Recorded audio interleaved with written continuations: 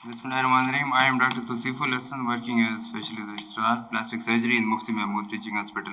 Today I am presenting the topic Paramedian forehead flap or workhorse flap for coverage of large nasal defects after skin tumor excision. Nose is a frequent site of skin tumors, usually appearing in older age due to chronic sun exposure. Because these lesions are usually painless and they grow slowly in size, so they are often neglected and are presented at a later stage with larger sizes. Excision of these lesions with a clear margin of 5 to 10 millimeter often results in large defects which need a large flap for coverage. Smaller defects less than 1.5 centimeter in size can be covered with local nasal flaps like transposition flap, bilobe flap or dorsal nasal flap. Even skin grafts or nasolabial flaps can be used for reconstruction of small nasal defects. But if the defect is larger than 1.5 centimeter, then the flap with the larger dimension is required. So the ideal flap in these conditions is a paramedian forehead flap. Paramedian forehead flap is a reliable flap. It is an axial pattern flap based on supratrochlear vessels and has much greater dimensions, and it can even resurface the whole nasal skin if required. The objectives of the study were to determine the usefulness of paramedian forehead flap for coverage of large nasal defects after skin tumor excision. Sample size was 27 and the study was conducted at Rahmani Hospital, Diakan over a 3-year period from 2018 July till June 2021. Subjects and methods: patients of any gender and age with a skin tumor, nasal skin tumor were included in the study. Previously radiated cases were excluded. Tumor was excised and covered with a paramedian forehead flap. Excised lesions were sent for histology and margin clearance. Flap pedicle division was done at 3 weeks. Patients were evaluated for flap necrosis, wound infection, and wound dehiscence, and later for flap stability and color match. The nasal skin tumors were assessed for their size. The maximum size was 1.3 to 3.6 centimeter. All these lesions were excised with clear margins. Specimens were sent for histopathology.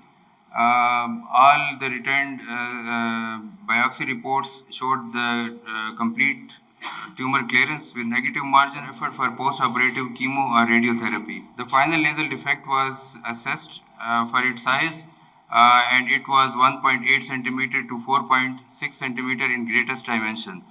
So it was decided that paramedian forehead flap should be done for the coverage of these defects. A paramedian forehead flap is based on supratrochlear artery, which is a branch of internal carotid artery, and it exits from the orbit into the forehead at a distance of approximately 2 centimeters. The paramedian forehead flap is based on this artery, and the flap is designed in such a way to stay on the non-hairy forehead part. If needed, usually it is a vertically designed flap, but if needed, the flap can be designed in an oblique fashion to stay on the non-hairy forehead, because this distal part of the flap is the one which is used in the actual reconstruction at the nasal site.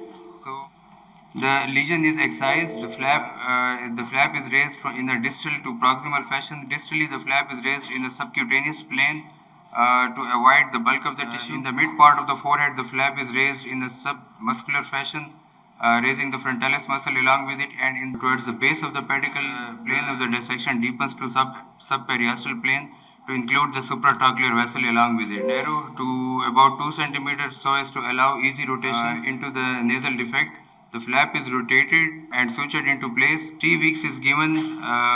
During these 3 weeks, the flap establishes its own blood supply from the nasal skin, and after 3 weeks, we can divide the flap from its pedicle. At 3 weeks, the flap pedicle is divided, and final insert is done both at the recipient and the nasal side. The donor site is closed primarily after wide undermining of the skin edges. Results: total patients were 27.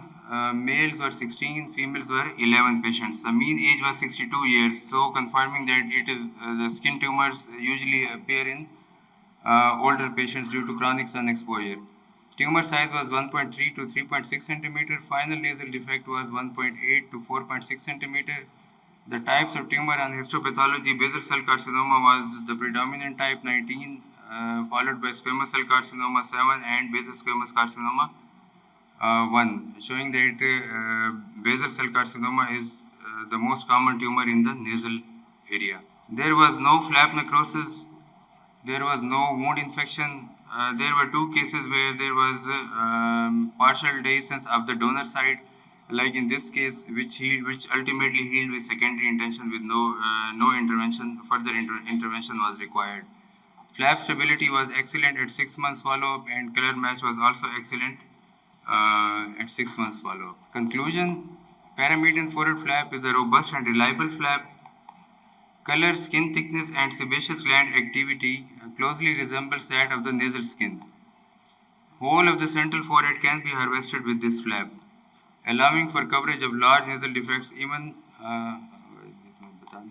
only disadvantage is a 2-stage procedure because it is an interpolated flap, and flap pedicle needs to be divided at 3 weeks.